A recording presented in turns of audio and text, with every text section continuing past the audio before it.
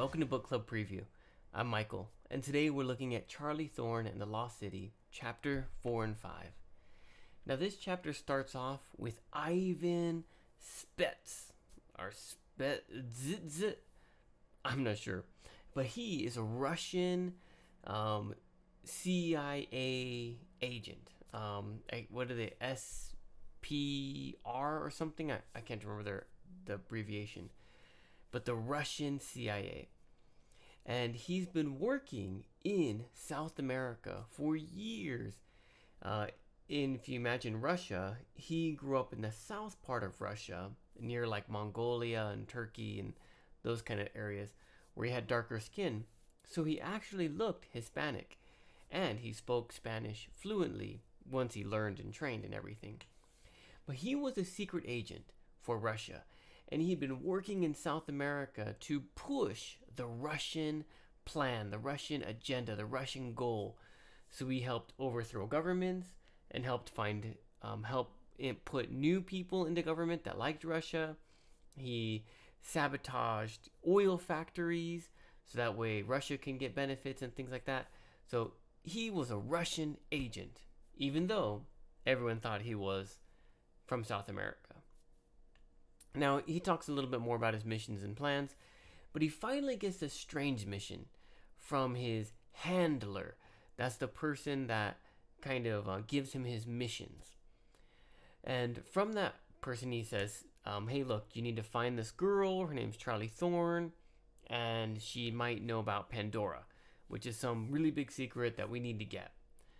That's kind of a strange mission.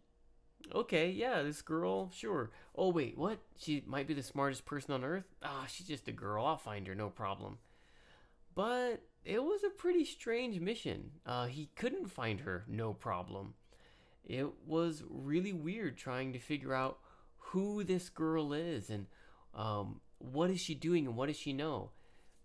And he doesn't even have much to go on. But finally, he hears some rumor. Oh, in the Galapagos Islands, there's this really strange girl. Maybe she's 19 or 20, and she just surfs and reads, and she loves doing crossword puzzles. Oh! Immediately, Ivan guesses, this is the girl I'm looking for. Yeah, if she's 12, maybe she can make herself look older, and then probably the government would leave her alone. But he thinks it might be her, and so he goes and finds a way to get her. So when he gets to one of the islands, before he gets to Charlie's Island, he pretends to be a policeman.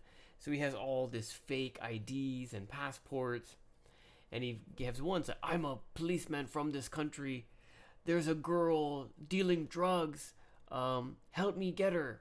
And so two other policemen help him, and they take the speedboat off to this island that Charlie was on. So the two policemen don't know they're working for a Russian agent. And so they go in and they find Charlie's house and they check it out and they're looking around, trying to find where Charlie is. And one of the policemen opens up a drawer or a cabinet and a spark happens and poof, there's an explosion. And the policeman gets knocked back. He's not hurt or killed, but he has to catch his breath. And underneath, the tank has in like a black marker saying, don't mess with my stuff. And then they realize, or Ivan does, that Charlie, he picks up this tank and, there's still a lot of gas in here. They must have just left. He starts to look around. He looks out the window and he sees footprints going down towards the ocean. And he climbs through the window and starts to run. She's getting away. And he kind of runs down to try and get Charlie. But he can already hear the engines of the plane. And he knows he's too late as the plane flies off. But as the plane is flying off, he looks at the numbers, the identification, the code of the plane. NC7821. And he's okay. And he's going to make a phone call to figure out where that plane is going and to catch that girl. And he tells himself as it's flying away, I'm not going to underestimate Charlie Thorne again, but he probably will.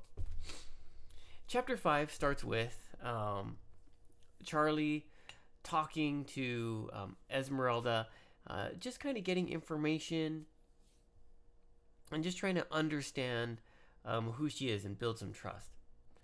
And she tells Esmeralda that she only told her the bare minimum that she needed to because, oh, no, you know what? Sorry. She starts off with feeling sad that she got discovered so quickly. And she's like, I got discovered so quickly because I was helping out with the tortoises. And then people got to know me, and then they start talking about me, and then that's how this guy found me. And this is how Esmeralda found me. The next place I go, the next place I run and hide, I'm not going to be able to know anyone. I'm just going to have to keep the bare minimum secrecy. That's all I can do. And Charlie feels a little bit sad about that because she actually misses Dante. She actually misses having friends. But she has to protect Pandora. So she can only have the least amount of social interaction as possible. That's the bare minimum, the lowest amount possible. So finally, she tells Esmeralda, hey, I've cracked the code. Why do you think that, what do you think Darwin's treasure is? And Esmeralda starts talking about the rumors that have been going around for 200 years that Darwin and Fitzroy fought, and maybe they were fighting over some treasure. Darwin had a journal that he ripped out 50 pages of, and maybe he was hiding something. Maybe the rumors came from the crew, and she doesn't really know, but she's like, this could be evidence, and I didn't believe any of it until I found this tortoise shell. And that really made me believe something was going on. Charlie listens, and Charlie offers suggestions of why those rumors might be wrong. But at the same time, she's like, yeah, they could be right. So finally, they decide that maybe there was some cover-up. That Darwin was trying to pretend that there wasn't any treasure, or maybe Fitzroy tried to pay people to not share what Darwin had found because it was an abomination to God. And so there was some kind of cover-up, they think. And then finally Charlie says, hey, do you need anything at the facility for where we're flying to? Now Esmeralda's flying. She's like, no, I don't need anything.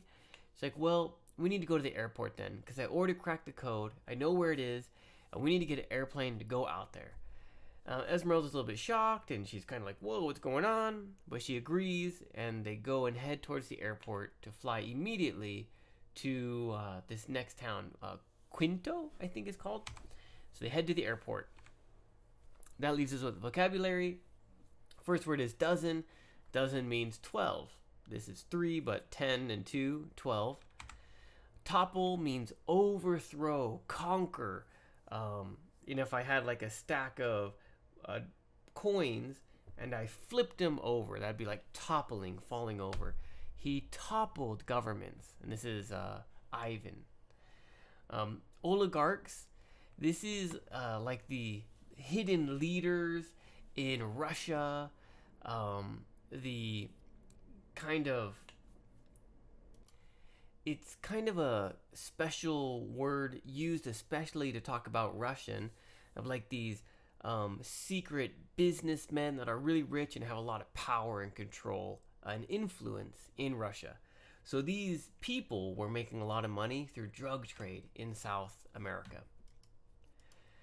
The next one here, butt ugly, it just is really ugly. We call things butt ugly when it's really, really ugly. Saying ugly like a butt. Waded is like walking through water. The flamingos were walking through the water. Thickets are like these heavy covering bushes. So imagine thick, right? But thickets, plant life that is thick walking around. Squat is like small. And it can be like it has a few different meanings. So it could be like moving your body all the way down, but still standing on your legs is squatting. It could be a home that people live in illegally. So maybe there's like an old building and the government wants to destroy it, but they haven't yet, and homeless people live in there. That's called a squat. But in this case, it could also mean something small. So there's like a squat building. Whisking is to carry, to take away quickly. I had to actually look up this word to remember the pronunciation. Igneous. Igneous is a kind of rock made from lava. Dismissive is not taking something seriously or just brushing it away from your mind. No, I don't believe you. I didn't think that rumor was true. Just push it away. Indicate, to point or show towards something. Corralling is to bring something closer together and keep it confined in an area. So if you think of like cows, cowboys will grab all the cows up and then put them in like a ring. And so the government was trying to stop the development of the city, kind of close it in, but they weren't doing a very good job. Flabbergasted, blah, blah, blah. So shocked and astonished that your brain kind of blah, blah. Your brain just stops and you kind of look silly. That leads us to our discussion question. Have you ever said a bad word, especially when you were angry? Ivan sometimes says bad words when he gets angry, but using his mother language, Russian. And when Charlie's flying off in the airplane, he says, I don't know Russian, and I don't know what bad words they say, but beep, beep, beep, beep, beep. Have you ever said a bad word? And of course, please make your own discussion question. That is all the time that we have for today. But thank you so much for joining me for this episode of Book Club Preview. I'll see you soon. Bye-bye. Hey, if you have any questions about the video today, please feel free to leave a comment in the comment section. If you had any other vocabulary words that you wanted to know what they meant, let me know. And also, if you're interested in maybe joining one of these book clubs, please leave a comment and I'll get back to you. Thank you so much for watching. Bye-bye.